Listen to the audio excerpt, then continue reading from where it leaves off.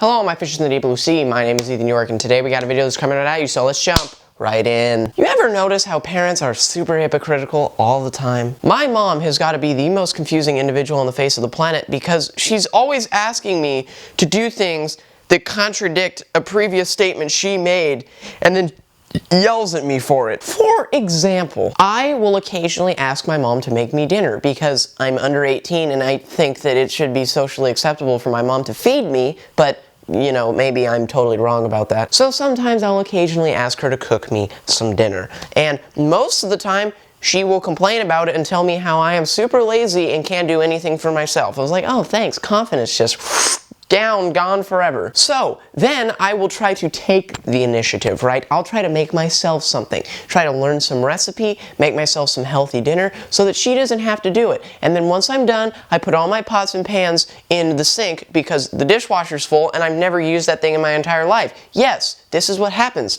when you're white and spoiled in America. You don't use anything.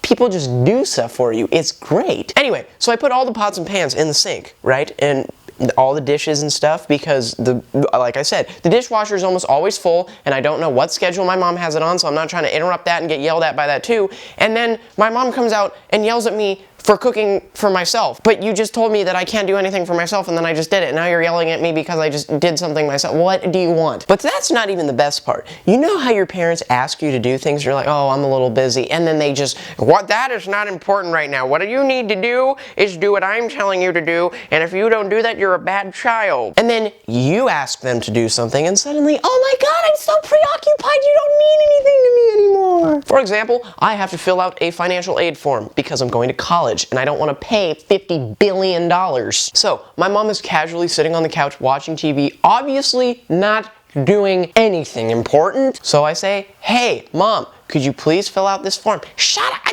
have a lot of stuff to do right now. I need to focus on what I'm doing. I don't have time to be dealing with this right now. What in the world? You are watching TV. There's another instance where she was like crisping a tortilla so that she could put like cheese on it or something. And it's just like literal one tortilla. It takes 5 seconds. And while she was doing this, I was like, Mom, remember, you got to fill out this form. She's like, I'm focusing on this tortilla right now. I don't have time to be thinking about your financial aid. I'm sorry that I want to better my future for not a lot of money. Like, what do you want from me? Sometimes you tell me I'm tired of cooking for you. So I cook for myself. And then you tell me that I apparently either I'm not good at it or leave too much of a mess, even though you've never really told me, you know, like, oh, the dishwasher's full. You ever heard of unloading the dishwasher? Well, what happens if I unload the dishwasher and you weren't done freaking dishwashing and then I get yelled at again? See, with parents, you never win, right? And I think that's why so many people want to have kids, and that's why we are so messed up as a society, because people